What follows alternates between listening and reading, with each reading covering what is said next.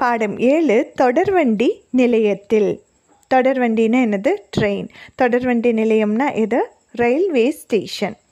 அங்கே என்னவெல்லாம் நடக்கிறது, யாரெல்லாம் வருகிறார்கள், என்னென்ன செய்கிறார்கள் என்பதை பற்றி பேச போகிறோம். இங்கே என்ன சொல்லியிருக்காங்கன்னா, நீங்கள் இந்த படத்தை பார்த்து பேசுங்கன்னு சொல்லியிருக்காங்க. உங்கள் சொந்த நடையில் உங்களுடைய கருத்துக்களை நீங்கள் இங்கே சொல்லுங்கள். அதோட சிறு சிறு தொடர்களை உருவாக்குங்க அப்படின்னு சொல்லியிருக்காங்க. அதாவது 2-3 வார்த்தைகள் சேர்ந்தது ஒரு தொடர்ன்னு சொல்லுவோம் இல்லையா? அப்போ அவங்க என்ன செய்கிறாங்க அப்படிங்கிறத ஒரு சிறு சிறு தொடர்களாக உருவாக்குங்கள்னு சொல்லியிருக்காங்க.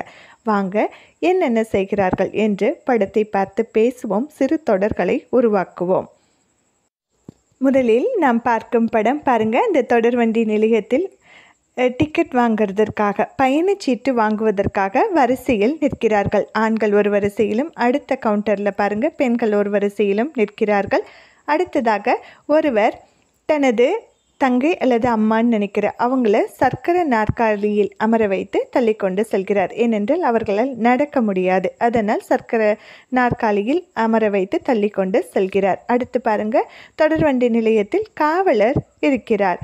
அதோடு அங்கு இருவர் அமர்ந்திருக்கிறார்கள். அவர்கள் தொடர்வண்டிக்காக காத்து கொண்டிருக்கிறார்கள். இங்கு பார்த்தோமானால் சிறுவர்கள் பலூன் விளையாடி கொண்டிருக்கிறார்கள். ஒரு சிறுமி தண்ணீர் பிடித்து கொண்டு இருக்கிறாள். அடுத்ததாக தொடர்வண்டி நிலையத்திற்கு தொடர்வண்டி வந்துவிட்டது, அதாவது ட்ரெயின் வந்துடுச்சு. அதை நிறுத்துவதற்காக அவர் நிற்பவர் யாருன்னா அந்த தொடர்வண்டி நிலைய அதிகாரி. அவர் தொடர்வண்டியை கொடி அசைத்து நிறுத்துவார் மற்றும் தொடர்வண்டியை கொடி அசைத்து இயங்க வைப்பார், அதாவது புறப்பட வைப்பார். அடுத்து பாருங்கள், அந்த பெண்மணி தனது பெட்டியை இழுத்து கொண்டு வருகிறார். சிறுவர்கள் இருவரும் அதை தள்ளி கொண்டு வருகிறார்கள்.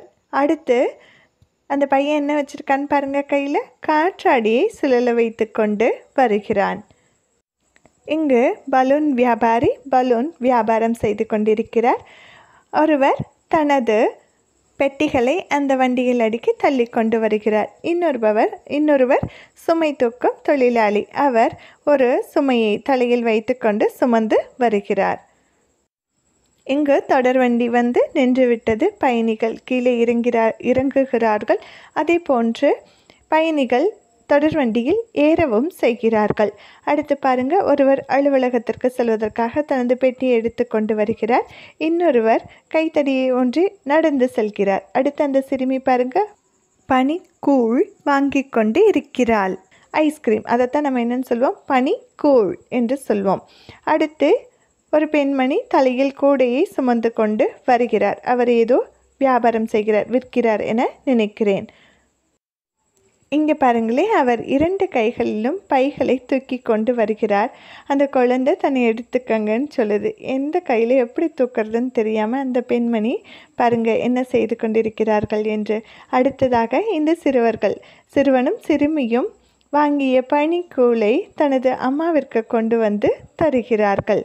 அடுத்து அங்கே ஒரு பெண்மணி சிறிய கடை பொருட்களை விற்று கொண்டிருக்கிறார். ஒரு சின்ன பெண் சிறுமி வந்து தனக்கு தேவையான அலங்கார பொருட்களை வாங்கி கொண்டிருக்கிறாள். அடுத்து அந்த ஒரு சிறுவன் பாருங்க பந்து விளையாடி கொண்டிருக்கிறார். மேலும் ஒருவர் அங்கே என்ன செய்து கொண்டிருக்கிறார், ஓய்வெடுத்து கொண்டிருக்கிறார். இது பார்த்திங்கன்னா ரொம்ப ஒரு பரபரப்பான சூழலாக காணப்படுகிறது. தொடர் வண்டியிலும் பார்த்திங்கன்னா நிறைய பயணிகள் இருக்கிறார்கள். அப்போ இதுதான் ரயில்வே ஸ்டேஷன். இந்த மாதிரியான நிகழ்வுகள் இந்த தொடர் வண்டி நிலையத்தில் நிகழும் என்பதை நாம் பார்க்கிறோம். அதோடு பாருங்கள், இங்கு தொடர்வண்டி நிலையத்தில் காக்கைகள் அமர்ந்திருக்கின்றன. நீங்கள் உங்களுக்கு ஏற்றது போல் உங்கள் சொந்த நடியில் இந்த படத்தை பார்த்து பேசுங்கள். என்னென்ன செஞ்சிட்ருக்காங்கன்னு உங்களுக்கு என்ன தோணுதோ அதை கூறுங்கள். அடுத்து சிறு சிறு தொடர்களை உருவாக்குங்கள், அதை எழுதவும் செய்யுங்கள். நம்ம என்ன சொன்னோம், சிறுவன் பந்து விளையாடுகிறான், பயணிகள் பயணச்சீட்டு வாங்க வரிசையில் நிற்கின்றனர், பயணிகள் தொடர்வண்டிக்காக காத்திருக்கின்றனர், அடுத்து சிறுவர்கள் பலூன் விளையாடுகிறார்கள். இது போன்று தொடர்களை உருவாக்கி மகிழுங்கள். அடுத்ததாக நாம் பார்ப்பது வினா கேட்கலாம். பதில் மட்டும் சொன்னால் பத்தாது, எதுவும் கேட்க தெரிய வேண்டும், கேள்வியும் நமக்கு கேட்க தெரிய வேண்டும். அதற்கான செயல்பாடு தான் இது. இந்த படத்தை கொடுத்து கேள்விகள் எப்படி கேட்கலாம் என்பதை கூறியிருக்கிறார்கள். உதாரணத்திற்கு அவர்களே 3 வினாக்கள் கேட்டிருக்கிறார்கள். பாருங்கள், எத்தனை மரங்கள் உள்ளன? உடனே நீங்கள் எத்தனைன்னு பதில் சொல்லாதீங்க. இது வினா கேட்கலாம். நாம் கேள்விகளை உருவாக்க வேண்டும். அடுத்து பாருங்க, முயல் என்ன செய்கிறது? நரி யாரை துரத்துகிறது? இது போன்ற கேள்விகளை அவர்கள் உதாரணத்திற்கு உருவாக்கியிருக்கிறார்கள்.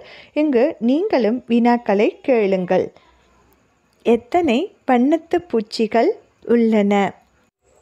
எத்தனை மான்கள் உள்ளன? பறவை என்ன செய்கிறது? எத்தனை மலைகள் உள்ளன? மலைகளின் மீது என்ன படர்ந்திருக்கிறது? இது போன்று நிறைய வினாக்களை நீங்கள் உருவாக்கலாம். காளானின் நிறம் என்ன? எத்தனை காளான்கள் இருக்கின்றன? நீங்களும் உங்களுடைய வினாக்களை இங்கு கேளுங்கள், அதாவது இங்கு எழுதுங்கள். என்ன எழுதலாம்? எத்தனை வண்ணத்து பூச்சிகள் உள்ளன? பறவை என்ன செய்கிறது? அடுத்து நாம் செய்ய இருப்பது பறக்கும் யானை. யானை பறக்குமா? பறக்க வைப்போமா? தேவையான பொருட்கள்: வண்ண காகிதங்கள், பலூனு, பொட்டு, ஸ்டிக்கர் பொட்டு, கம். இந்த மாதிரி யானையோட காது மாதிரி கட் பண்ணி இந்த காகிதத்தில் ஒட்டிக்கோங்க, ஒரு சதுர வடிவ பேப்பரில். அதற்கு மேலே மறுபடியும் கம் போடுங்க. பசை போட்டுட்டு பலூனை அதன் மேல் ஒட்டுங்கள். பசை போட்டாச்சு. அடுத்தது நம்ம எதை ஒட்ட போகிறோம்னா பலூனை ஒட்டுங்க. இப்போ அதன் மேலே 2 பொட்டுகள், அதாவது யானைக்கு கண் இருக்கிற மாதிரி 2 ஸ்டிக்கர் பொட்டுகளை ஒட்டுங்க. அது காய வரைக்கும் விட்டுருங்க. அதுக்கடுத்து அதை ஊதி விட்டிங்கன்னா இந்த மாதிரி யானை என்ன செய்யும்? பறக்கும். யானைக்கு வழிகாட்டி உதவுங்கள். யானை அதன் குட்டியை சென்றடைய நாம் சரியான வழியை காட்டி அதற்கு உதவுவோம்.